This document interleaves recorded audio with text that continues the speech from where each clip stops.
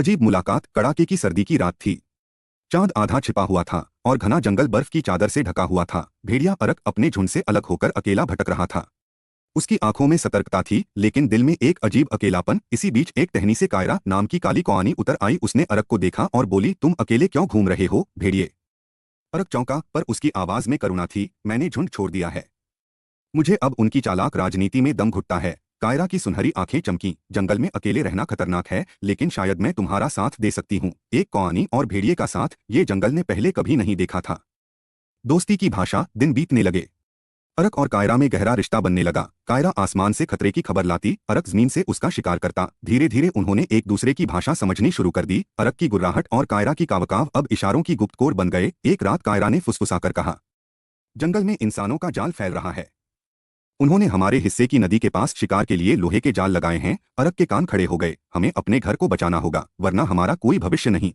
रहस्य की गंध। कायरा ने आसमान से सब देखा था। इंसानों ने नदी के पास जालों के बीच कोई चमकदार डिब्बा रखा था। भेड़िया अरक उस डिब्बे की गंध से उलझ गया। ये गंध, ये तो मांस जैसी नहीं, कुछ और है। कायरा ने कहा, ये लालच का जाल है। वे हमारे जैसे जानवरों को इस गंध से फंसाएंगे। दोनों ने तय किया कि वो इंसानों को मात देंगे। अरक ने अपनी चालाकी से इंसानों के रास्ते को गड़बड़ कर दिया। उनके जाल मिट्टी में दबा दिए और कायरा ने ऊंचाई से उनकी हर हरकत पर नजर रखी। लेकिन इंसानों में से एक शिकारी को शक हो गया कि कोई उन्हें देख रहा है। शिकारी का हमला। एक शाम अरक शिकार पर निकला था कि अचानक गोली चलने की आवाज आई। अरक बाल बाल बचा, लेकिन उसकी टांग में हल्की चोट लगी। कायरा फौरन नीचे उतरी। अरक, हमें जंगल के अंदरूनी हिस्से में चलना होगा। ये जगह अब सुरक्षित नहीं। दोनों जंगल के सबसे घने हिस्से में पहुंचे। एक पुराना खंडहर जहां कभी कोई इंसान नहीं गया था। वहां एक रहस्य छिपा था। पत्थर की मूर्तियों के बीच एक पुराना नक्शा, जिस पर जंगल के गुप्त रास्ते अंकित थे। कायरा ने कहा, अगर हमने ये रास्ता समझ लिया तो शिकारी कभी हमें नहीं ढूंढ पाएंगे। लेकिन समय कम था। शिकारी उनकी गंध का पीछा कर रहे थे।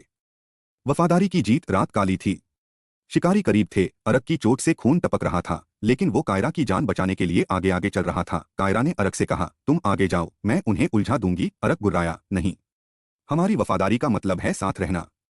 दोनों ने मिलकर एक योजना बनाई। कायरा शिकारी के ऊपर झपट पड़ी, उनकी आंखों पर चोट की, और अरक ने नक्शे के रास्ते का उपयोग कर उन्हें जंगल के भूल भुलिया में घुमा दिया। सुबह होने तक शिकारी थककर लौट गए। अब अरक और कायरा जंगल के गुप्त रास्तों के रक्षक बन गए थे। उनकी दोस्ती और वफादारी की कहानियां जंगल के हर जीव में फुसफुसाई जाने लगीं।